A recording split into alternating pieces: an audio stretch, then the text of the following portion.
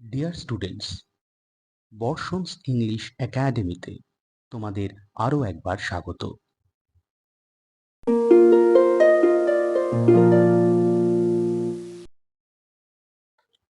আজ আমাদের আলোচনার বিষয় বিখ্যাত ব্রিটিশ কবি উইলিয়াম বাটলার ইয়েটস রচিত দ্য সেকেন্ড কামিং কবিতাটি। কবিতাটি পড়বার আগে কবি সম্পর্কে এবং কবিতার প্রেক্ষাপট সম্পর্কে কিছু কথা জেনে নেওয়া যাক। উইলিয়াম বাটলার ইয়েটস ছিলেন একজন মডার্নিস্ট আইরিশ কবি, নাট্যকার, লেখক এবং বিংশ শতাব্দীর সাহিত্য জগতে অন্যতম প্রধান ব্যক্তিত্ব। অ্যাংলো আইরিশ বংশোদ্ভূত একজন প্রোটেস্ট্যান্ট, ইয়েটস ১৩ই জুন ১৮৬৫ সালে আয়ারল্যান্ডের স্যান্ডি মাউন্টে জন্মগ্রহণ করেন।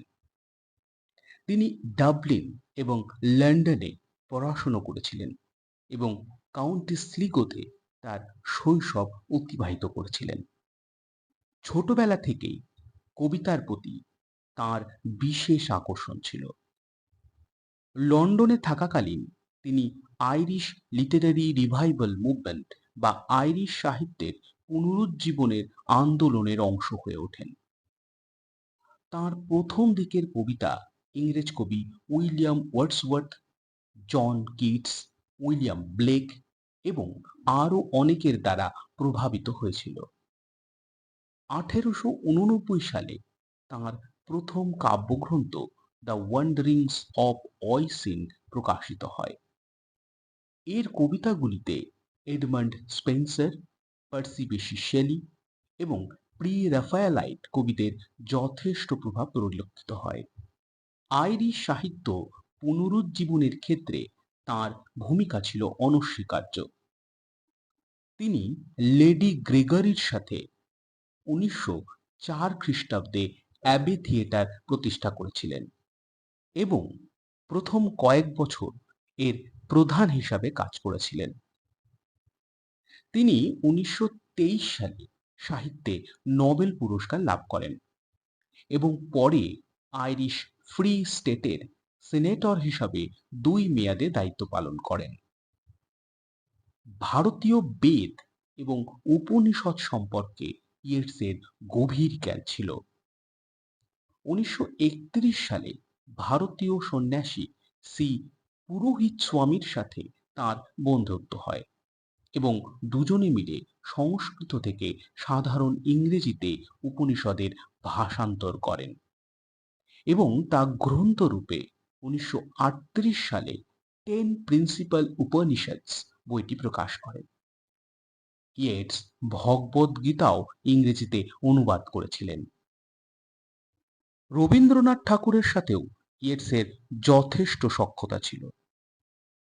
১৯১২ সালে প্রকাশিত রবীন্দ্রনাথের বিশ্বখ্যাত গীতাঞ্জলি কাব্যগ্রন্থের ইন্ট্রোডাকশন বা ভূমিকা লিখেছিলেন এইডব্লিউ.পি. ইয়েটসই। এই বিশ্বখ্যাত নোবেলজয়ী মানুষটি ৭৩ বছর বয়সে ১৯৩৯ সালের ২৮শে জানুয়ারি তারিখে ফ্রান্সে পরলোক গমন করেন। উইলিয়াম বাটলার ইয়েটসের লেখা দ্য সেকেন্ড কামিং একটি বিখ্যাত কবিতা। কবিতাটি ১৯১৯ সালে প্রথম বিশ্বযুদ্ধের ঠিক পরেই রচিত হয়েছিল। যদিও ইয়েটস তার প্রথম খসড়াতে দ্য সেকেন্ড কামিং এর পরিবর্তে দ্য সেকেন্ড বার্থ শব্দটি ব্যবহার করেছিলেন। এবার আসা যাক পোয়েমের টেক্সটের বিস্তারিত আলোচনায়। তবে কবিতাটি ভালোভাবে বুঝতে হলে কবিতার থিম ভালোভাবে বুঝতে হবে।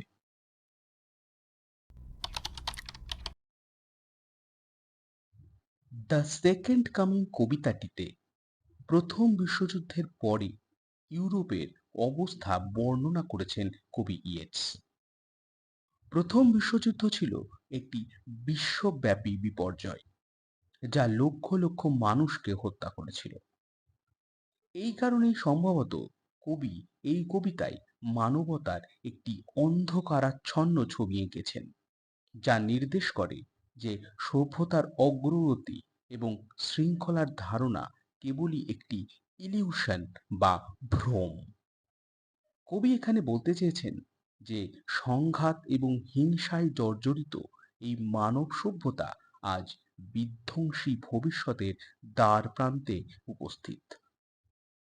কবিতাটিতে মানব জগৎকে উদ্ধার করবার জন্য এই পৃথিবীতে যীশুখ্রিস্টের দ্বিতীয় আবির্ভাবের পরিবর্তে একটি ভয়ানক শক্তিশালী দানবের আগমনের কথা তুলে ধরা হয়েছে, যা ইয়েটসের মতে যীশুখ্রিস্টের শান্তির বার্তার পরিবর্তে হিংসা এবং নৈরাজ্যের প্রবর্তক হতে চলেছে, যার আবির্ভাবের সাথে শুরু হতে চলেছে নতুন একটি সভ্যতা, যা হিংসা, সংঘাত, রক্ত, দুঃখ, যন্ত্রণা এবং নৈরাজ্যের।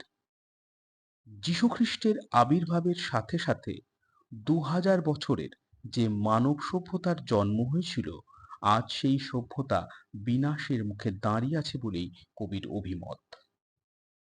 মানুষ আজ আধ্যাত্মিকভাবে অন্ধ, নৈতিকভাবে বিকৃত। অসাধারণ উপমার ব্যবহারে এবং ভেঙে পড়া সমাজ ব্যবস্থার যথাযথ বর্ণনার কারণে ইয়েটসের দ্য সেকেন্ড কামিং কবিতাটি যে একটি অবিস্মরণীয় সৃষ্টি তা বলাই বাহুল্য। এবার আসা যাক মূল টেক্সটের আলোচনায়। দ্য সেকেন্ড কামিং কবিতাটি দুটি স্ট্যাঞ্জা বা স্তবকে বিভক্ত। প্রথম স্ট্যাঞ্জা বা স্তবকে রয়েছে 8টি লাইন, আর পরের দ্বিতীয় স্ট্যাঞ্জা বা স্তবকে রয়েছে 14টি লাইন।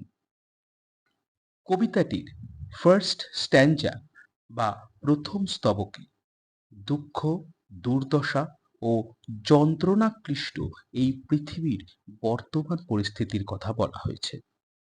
কবিতাটির প্রথম 2 লাইনে কবি বলছেন, turning and turning in the widening gyre, the falcon can not hear the falconer. Line দুইটির সহজ ইংরেজি গদ্যরূপ করলে দাঁড়ায়, flying around and around in a widening gyre or vortex, a falcon can no longer hear the call of its owner, that is falconer. অর্থাৎ একটি প্রশস্ত গায়ের বা ঘূর্ণিতে উড়তে উড়তে বাজ পাখি এখন আর তার মালিকের কথা শুনতে পায় না। দ্য সেকেন্ড কামিং কবিতার এই প্রথম 2 লাইনেই কবি ইয়েটস অসাধারণ ইমেজেরি এবং সিম্বলিজমের ব্যবহার করেছেন। এখানে ফ্যালকন অর্থাৎ বাজ পাখি সিম্বলাইজ করে হিউম্যানকাইন্ড অর্থাৎ মানব জগৎকে, আর ফ্যালকনের সিম্বলাইজ করছে জেসাস ক্রাইস্ট বা মানুষের আধ্যাত্মিক চেতনাকে। এখানে গায়ার বা ঘূর্ণি সিম্বলাইজ করে দুটি বৈকল্পিক ইতিহাসের ধারাকে, যা একটি শৃঙ্খলার এবং অপরটি বিশৃঙ্খলার, একটি সৃষ্টির অপরটি ধ্বংসের। এই সত্য মিথ্যা, সৃষ্টি ধ্বংস, শৃঙ্খলা বিশৃঙ্খলার গায়ের বা দুর্বিপাকে মানুষ আজ এতটাই বিভ্রান্ত, বিপথগামী যে সে এখন তার ঈশ্বর তথা আধ্যাত্মিক সত্তার কথা আর শুনতে পায় না, ঠিক যেমন ফ্যালকন আজ ফ্যালকনের কথা শুনতে পায় না। আর এরই ফলস্বরূপ সভ্যতা আজ বিনাশের পথে। অর্থাৎ কবিতার প্রথম 2 লাইনে এটা স্পষ্ট যে এই মানব জগৎ অর্থাৎ ফ্যালকন আজ স্পিরিচুয়ালিটি বা আধ্যাত্মিকতা অর্থাৎ গড বা ফ্যালকনারের থেকে বিচ্যুত হয়েছে। আধ্যাত্মিকতা, নৈতিকতা আর মানুষকে প্রভাবিত করতে পারে না। মানব জাতি বা ফ্যালকন আজ প্রকৃতি বা ফ্যালকনারের থেকেও বিচ্ছিন্ন। মানব জগৎ যেন এখন গায়ের বা নৈরাজ্যের পাঁকের মধ্যে প্রবেশ করছে ধীরে ধীরে। পরের ৩ থেকে ৫ নম্বর লাইনে কবি বলছেন, things fall apart, the centre cannot hold, mere anarchy is loosed upon the world, the blood-dimmed tide is loosed. অর্থাৎ এখানে সবকিছুই যেন ভেঙে টুকরো টুকরো হয়ে পড়ছে, কোনো কিছুকেই তার সেন্টার বা ফাউন্ডেশন বা ভিত্তিতে ধরে রাখা যাচ্ছে না। তা সে বিশ্বাস, স্নেহ, মায়া, মমতা, ভালোবাসা, মানবিকতা যাই হোক না কেন। প্রথম বিশ্বযুদ্ধের ব্যাপকতায় যেমন সারা বিশ্বে ব্লাড ডিমড টাইড অর্থাৎ রক্তের জোয়ারের ঢেউ উঠেছিল, ঠিক তেমনভাবেই সারা পৃথিবীতে যেন অ্যানার্কি বা নৈরাজ্যের ঢেউ আছড়ে পড়ছে। কবিতার ফার্স্ট স্ট্যান্জার 5th থেকে 8th লাইনে কবি বলছেন, and everywhere the ceremony of innocence is drowned, the best lack all conviction, while the worst are full of passionate intensity.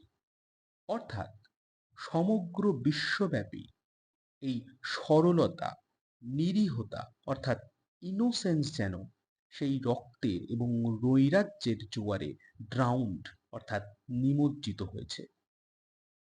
কবির মতে যারা বেস্ট অর্থাৎ সর্বোত্তম অর্থাৎ সমাজের যারা অভিজাত, তাদের কনভিকশন অর্থাৎ দৃঢ়তা বা প্রত্যয় নেই এই দুঃস্বপ্নের বাস্তবতা থেকে বেরিয়ে আসবার।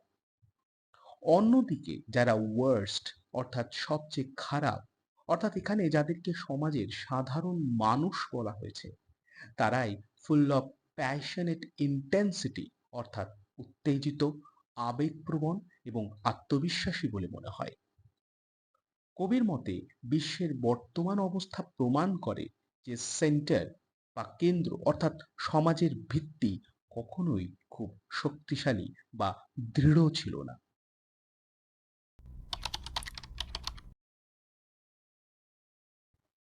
কবিতার সেকেন্ড স্ট্যাঞ্জা অর্থাৎ দ্বিতীয় স্তবকে কবি এক অদ্ভুত কল্পনার বা ভবিষ্যৎ দর্শনের কথা বলেছেন, যেখানে তিনি বলছেন যে যীশু খ্রিস্টের দ্বিতীয় আগমনের পরিবর্তে তিনি এক অদ্ভুত দর্শন দানবের আগমন দেখতে পাচ্ছেন।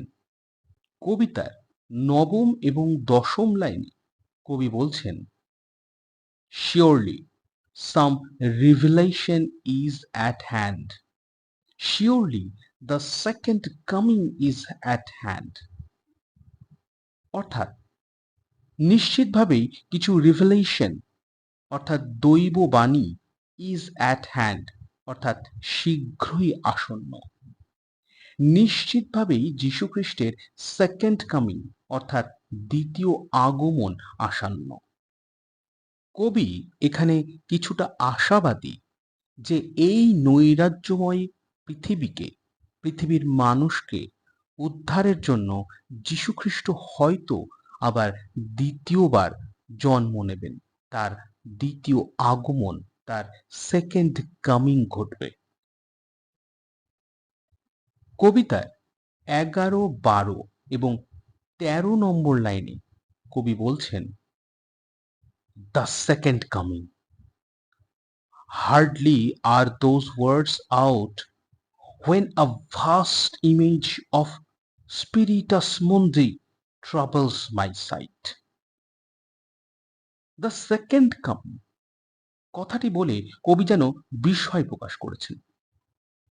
উনি কল্পনা করতে শুরু করলেন জিসাস খ্রাইস্টের দ্বিতীয় আগমনের কথা, কিন্তু এই সেকেন্ড কামিং অর্থাৎ দ্বিতীয় আগমনের কথা যেই না কবির মনে এলো, ঠিক তখনই স্পিরিটাস মুন্দি অর্থাৎ বিশ্বাত্মা কবিকে এক অদ্ভুত ভবিষ্যৎ দর্শন করালেন, যা কবির সেকেন্ড কামিং এর কল্পনাকে বিব্রত করে তুলল। স্পিরিটাস মুন্দি হলো একটি ল্যাটিন শব্দগুচ্ছ যার অর্থ ওয়ার্ল্ড স্পিরিট বা বিশ্বত্তা। ইয়েটসের মতে এটি একটি সার্বজনীন স্মৃতি বা এক ধরনের মানসিক আবেশ যা কবি বা লেখককে অনুপ্রেরণা প্রদান করে। ইয়েটসের কাছে স্পিরিটাস মুন্ডি হলো ইমেজেস বা সিম্বলসের উৎস। এটি অনেকটা কালেকটিভ আনকনশিয়াস বা সম্মিলিত অচেতন মন। কবিতার ১৩ থেকে ১৭ নম্বর লাইনে কবি বলছেন, Somewhere in sands of the desert, a shape with a lion body and a head of a man, a gaze blank and pitiless as the sun, is moving its slow thighs, while all about it reel shadows of the indignant desert birds. স্পিরিটাস মুন্ডির প্রভাবে কবি একটি বালুকাময় মরুভূমি দেখতে পাচ্ছেন যেন, যেখানে একটি মানুষের মাথা এবং একটি সিংহের শরীর সহ স্ফিংস সদৃশ একটি প্রাণী জীবিত হচ্ছে। এর অভিব্যক্তি সূর্যের মতো ব্ল্যাঙ্ক অর্থাৎ শূন্য এবং পিটিলেস অর্থাৎ করুণাহীন, অর্থাৎ সে দৃষ্টিতে কোনো আবেগ বা ইমোশন নেই। এইরকম এক অদ্ভুত দর্শন প্রাণীর পা ধীরে ধীরে অগ্রসর হচ্ছে, আর এর চারিপাশে উড়ে বেড়াচ্ছে ইন্ডিগন্যান্ট অর্থাৎ বিরক্ত মরুভূমির পাখিদের রিয়েল শ্যাডোস, চক্রাকার ছায়া। এখানে গিজার স্ফিংস সদৃশ প্রাণীটি খ্রিস্ট ধর্মের সাথে তার বিচ্যুতির আভাস দেয়, কারণ স্ফিংস এই পৃথিবীতে খ্রিস্ট ধর্ম আবির্ভাবের আগেই নির্মিত হয়েছিল। এর সাথে উড়তে থাকা পাখিগুলো ইন্ডিগন্যান্ট বা বিরক্ত, কারণ তারা এই রকম একটি অদ্ভুত দর্শন প্রাণীর আবির্ভাবের সাথে পরিচিত নয়।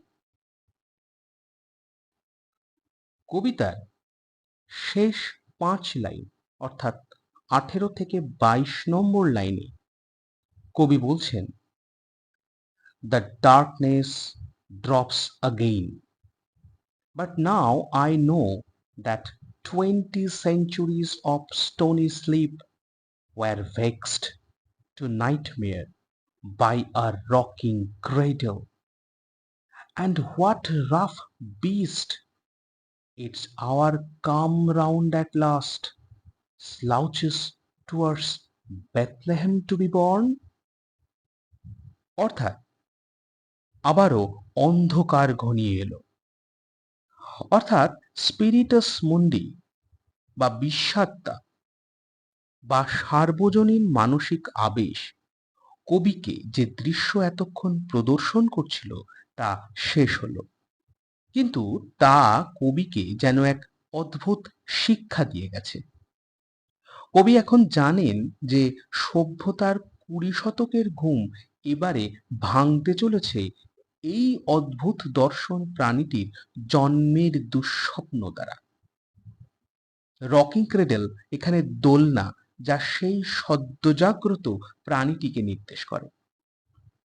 শেষ 2 লাইনে কবি প্রশ্ন করছেন, এই অদ্ভুত দানবটি কে, যার সময় শেষ পর্যন্ত উপস্থিত হয়েছে, যে বেথলেহেমে ধীরে ধীরে এগিয়ে চলেছে? কবি ইয়েটসের কাছে এক একটি সভ্যতার চক্র 2000 বছরের। 20 সেঞ্চুরিস বা 20 শতক বা 2000 বছরের গভীর ঘুম যেমন যিশুর জন্মের দ্বারা জাগরিত হয়েছিল, এখনো ঠিক একই পরিস্থিতি। শুধুমাত্র পার্থক্য হলো তখন বেথলেহেমে যিশুর জন্ম হয়েছিল, কিন্তু এই ক্ষেত্রে এক অদ্ভুত দর্শন দানব ধীরে ধীরে স্লাউচেস অর্থাৎ ঝুঁকে পড়ে বেথলেহেমের দিকে এগিয়ে চলেছে নতুন সভ্যতার বা যুগের কর্তৃত্ব নিতে। এর সময় এখন আগত, অর্থাৎ এই দানব আরো একটি 2000 বছরের সভ্যতার ঘোষণা করতে চলেছে। শুধু পার্থক্য হলো 2000 বছর আগে যিশুর জন্ম ছিল স্বাগত, কিন্তু এই ক্ষেত্রে এই দানবের আগমন যেন আতঙ্কের। অর্থাৎ কবির মতে আমাদের বর্তমান সমাজ তথা সভ্যতা এখন এই দানব সম কর্তৃত্বের হাতে বেশ সংকটময়।